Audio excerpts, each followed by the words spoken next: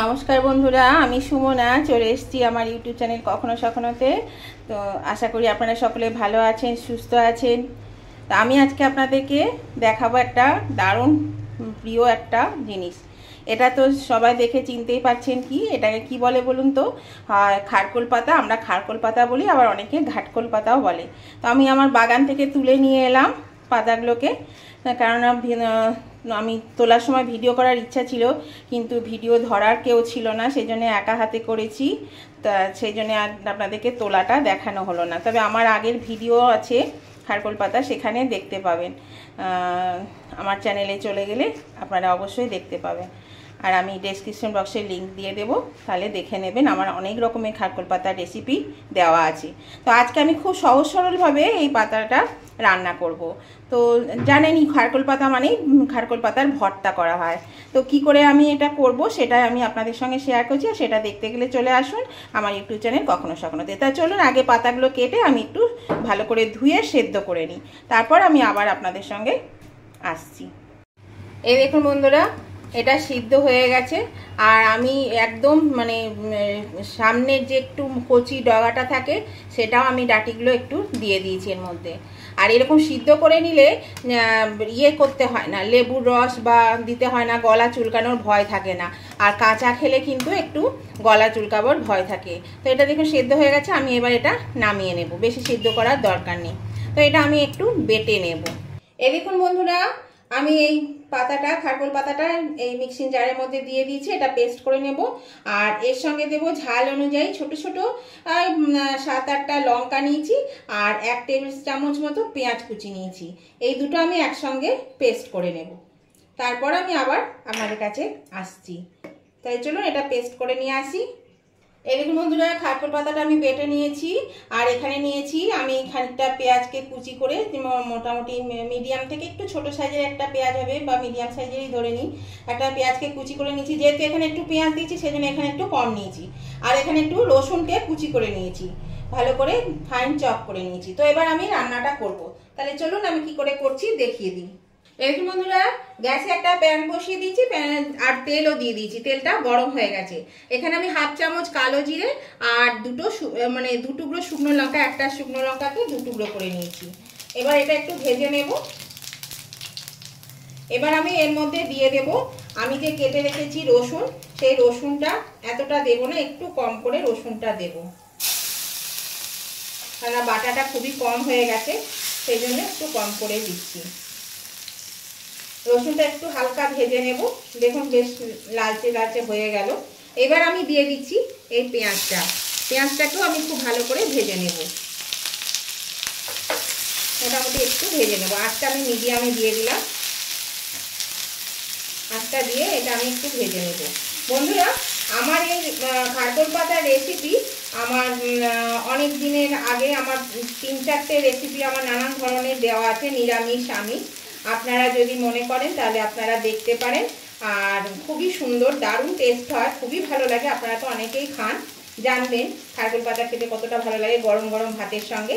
তো আপনারা দেখে নিতে পারেন, যদি না মান আমাকে কমেন্ট করে জানাবেন, আমি আপনাদেরকে ডেসক্রিপশন বক্সে লিংক দিয়ে দেব। আবার আমি এটা দেখাচ্ছি, আর সবই কিন্তু আমার বাগানের গাছ থেকেই রেসিপিগুলো করা। দেখুন এটা হয়ে গেছে ভাজা। এর মধ্যে আমি এবার এই খারকোল পাতাটা দিয়ে দিচ্ছি।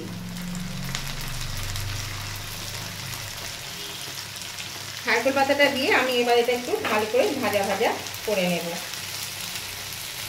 এরকম বন্ধুরা, এটা বেশ ভাজা ভাজা হয়ে এসেছে। এর মধ্যে আমি এবার দিয়ে দেব পরিমাণ মতো নুন। এখানে দিয়ে দিচ্ছি একটু নুন, আর দিয়ে দেব একটু হলুদ, দিয়ে দিলাম। আর একটু আমরা মিষ্টি খাই, সেই জন্য কিন্তু একটু মিষ্টি দিয়ে দেব। এখানে এই 1/2 চামচ মতো মিষ্টি দিয়ে দিলাম। এবার আমি এটাকে আবার ভালো করে নেড়ে চেড়ে ভেজে নেব। এটা কিন্তু গরম গরম ভাতের সঙ্গে খাবেন, খুব ভালো লাগে। আর দেখুন পেঁয়াজটা কিন্তু দেখছেন আমি কিন্তু একদম ভাজিনি, সেই জন্য একটু দানা দানা রয়েছে। এটা খেতে কিন্তু বেশি ভালো লাগে।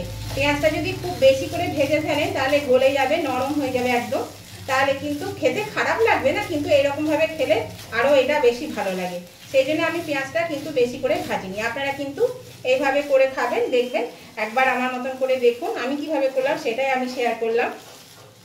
আপনারা অবশ্যই করে দেখবেন, দেখবেন ভালো লাগবে খেতে।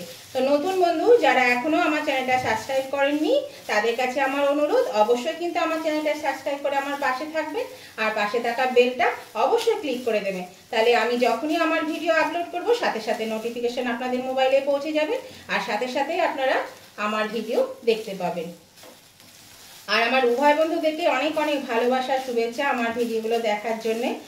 আর পুরাতন বন্ধুদেরকে এবং নতুন বন্ধু উভয় বন্ধুদেরকেই আমি আবার বলছি, যদি দেখতে দেখতে এখনো পর্যন্ত লাইক দিতে ভুলে গিয়ে থাকেন তাহলে কিন্তু অবশ্যই লাইক বাটনটা একটু প্রেস করে দেবেন।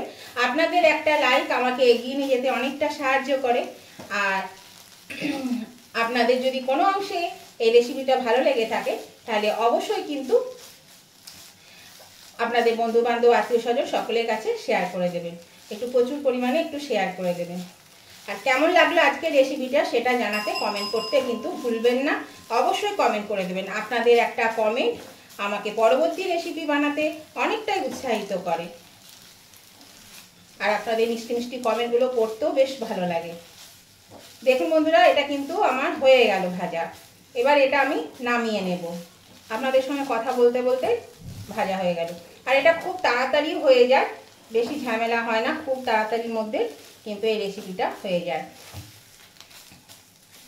দেখুন বেশ সুন্দর কালারটাও চেঞ্জ হয়ে গেছে, আর এটা ভাজাও হয়ে গেছে। ভাজা হয়ে গেলে কিন্তু কালারটা অটোমেটিক চেঞ্জ হয়ে যাবে। আর আপনারা কতটা শুকনো করবেন সেটা আপনাদের ওপর ডিপেন্ড করবে, কারণ আমি খুব বেশি শুকনো করি না, একটু হালকা নরম করি, কেননা এটা কিন্তু আরও শুকিয়ে যাবে নামানোর পরে। আর ভাতে প্রচণ্ড শুকনো শুকনো হয়ে যায়, তখন খেতে ভালো লাগে না, বেশ মানে সেই এত শুকিয়ে যায় যে শুকনো শুকনো গলায় আটকে যায়, সেই জন্যে আমি একটু নরম থাকতে থাকতে নামাই। তো দেখুন এটা আমি এবার সার্ভিসিং ডিশে নামিয়ে নিচ্ছি। গ্যাসটা আমি অফ করে দিচ্ছি, আমি এটা সার্ভিসিং ডিশে নামিয়ে নিচ্ছি। এই দেখুন বন্ধুরা, আমি এটা নামিয়ে নিয়েছি, এটা হয়ে গেছে। আর এটা কিন্তু দারুণ লাগে, আমাদের তো ভীষণ ভালো লাগে খেতে, মানে কি বলবো, আমার ছেলের ভীষণ পছন্দ, খুব ভালোবাসে খেতে, তো আমরাও তাই, আমাদেরও ভালো লাগে খেতে। তো এইভাবে আমি একটু গার্নিশ করে দিলাম পেঁয়াজ কুচি আর লঙ্কা দিয়ে। তো বন্ধুরা আপনারাও এভাবে অবশ্যই করে খাবেন, দেখবেন খুবই ভালো লাগবে খেতে। তো যদি ভালো লেগে থাকে, পছন্দ হয়ে থাকে, তাহলে উভয় বন্ধুরা অবশ্যই কিন্তু লাইক শেয়ার কমেন্ট করতে ভুলবেন না, লাইক শেয়ার কমেন্ট করে দেবেন। আর আপনাদের বন্ধু বান্ধব আত্মীয় স্বজন সকলের কাছে এটা পৌঁছে দেবেন। আর ভিডিওটা ভালো লাগলে কিন্তু অবশ্যই লাইক শেয়ার কমেন্ট করবেন। আবার আমি নতুন ধরনের ভিডিও নিয়ে চলে আসব। তো আজকের মতো ভিডিওটা আমি এখানেই শেষ করছি। Tata, bye bye.